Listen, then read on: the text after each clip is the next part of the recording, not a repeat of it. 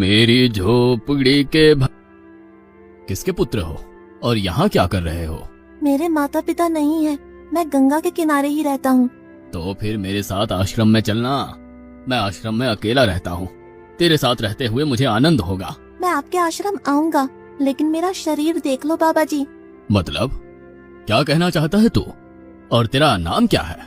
मेरा नाम अढ़ैया है। अढ़ैया? ऐसा नाम तो इस प्रदेश में नहीं पाया जाता। इसमें कोई प्रदेश से मतलब नहीं है।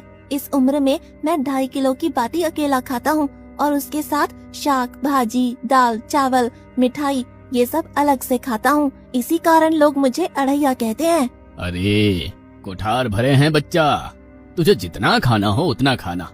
और ये अढ़ैया नाम भी मुझे पसंद आया। तू चल आश्रम। आप कहोगे उतना काम करूँगा बाबा जी, लेकिन खाना खिलाने में कोई कमी मत रखना। 2.5 किलो की बाटी तो चाहिए ही मुझे, फिर खुराकी बढ़े तो कुछ कह नहीं सकता। अरे भाई तू खाना जितना खाना हो उतना। तू चल, ये हमारा आश्रम है, यहाँ तुझे जितना खाना हो उतना खाना। लेकिन हमारे आश्रम का एक नियम है कि एकादशी के दिन उपवास होता है। मतलब उपवास में क्या करना होता है? उस दिन आश्रम में चूल्हा नहीं जलेगा, उस दिन भूखा ही रहना होता है।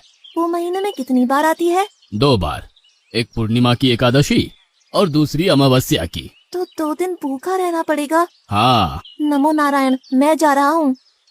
पर क्यों? नहीं बाबा जी, एकादशी के उपवास करने पड़े ये मुझे पसंद नहीं है। पर 15 दिन में एक बार तो फल भर पेट खा लेना, दूध ज्यादा पी लेना। नहीं बाबा जी, बाटी तो चाहिए ही 2.5 किलो। पर आश्रम का नियम है। वो जो भी नियम हो, या तो नियम सुधारो या तो मुझे जाने दो। ठीक है, तू खाना, लेकिन आश्रम में चूल्हा नहीं जलेगा। मुझे बचपन से ही गरीबी ने कई कलाइयाँ सिखा दी हैं। मुझे रसोई बनाना आता है। तो फिर आटा सब्जी लेके आश्रम से दूर जंगल में जाके वहाँ रसोई बनाकर पा लेना। वैसे तू एकादशी करता तो मुझे आनंद होता, लेकिन तू समझता नहीं है। पर ठीक है, आश्रम में रसोई मत बनाना। ठीक है बाबा जी, एकादशी के दिन आप रसोई का सामान देना, मैं दूर जंगल में जाके रसोई बना के पालूंगा। कल एकादशी है। हाँ बाबा जी, आप मुझे रसोई का सामान देना, मैं बाहर जाके खाऊंगा, आप यहाँ एकादशी करना। पर बेटा अभी भी कह रहा हूँ, आश्रम के नियम का उल्लंघन मत कर। बाबा जी तो फिर आप मुझे जाने दो।